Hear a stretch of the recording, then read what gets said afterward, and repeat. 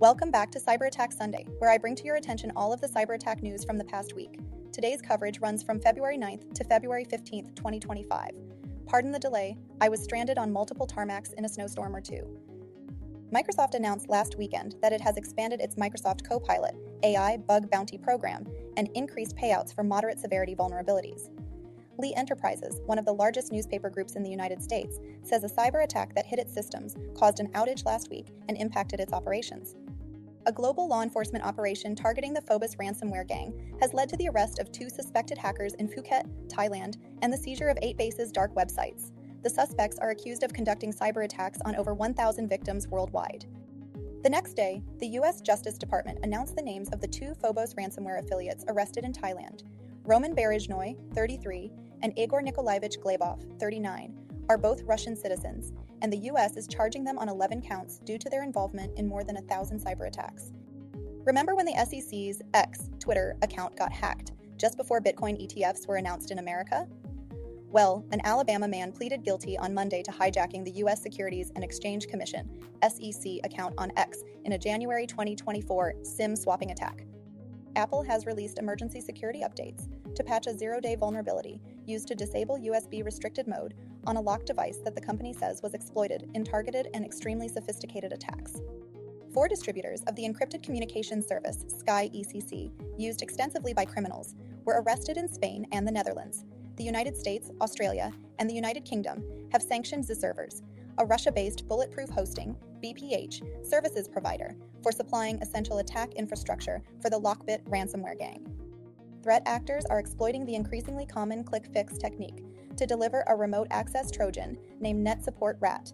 The sandworm Russian military cyber espionage group is targeting Windows users in Ukraine with Trojanized Microsoft Key Management Service, KMS activators, and fake Windows updates. A subgroup of the Russian state-sponsored hacking group APT44, also known as Seashell Blizzard and Sandworm, has been targeting critical organizations and governments in a multi-year campaign dubbed Bad Pilot. North Korean state actor Kim Soo-ki, aka Emerald Sleet, or Velvet Kolima, has been observed using a new tactic inspired from the now widespread click-fix campaigns. A relatively new ransomware operation, named Sarcoma, has claimed responsibility for an attack against the Unimicron printed circuit boards PCB maker in Taiwan. Threat monitoring platform Grey Noise is reporting spikes in actors leveraging CVE 2022-47945 and CVE 2023-49103 that affect ThinkPHP framework and the open-source own cloud solution for file sharing and syncing. Decentralized moneylender zkLend suffered a breach where threat actors exploited a smart contract flaw to steal 3,600 Ethereum, worth $9.5 million at the time. A China-based threat actor, tracked as Emperor Dragonfly and commonly associated with cybercriminal endeavors, has been observed using in a ransomware attack a toolset previously attributed to espionage actors. Zacks Investment Research, Zacks, last year, reportedly suffered another data breach that exposed sensitive information related to roughly 12 million accounts. In a continuation of the Phobos arrests, the Dutch police, Polity, dismantled the Z-Servers X-Host bulletproof hosting operation after taking offline 127 servers used by the illegal platform. Security researchers discovered a name confusion attack that allows access to an Amazon Web Services account to anyone that publishes an Amazon Machine Image, AMI, with a specific name. China's Salt Typhoon hackers are still actively targeting telecoms worldwide and have breached more U.S. telecommunications providers via unpatched Cisco iOS XE network devices.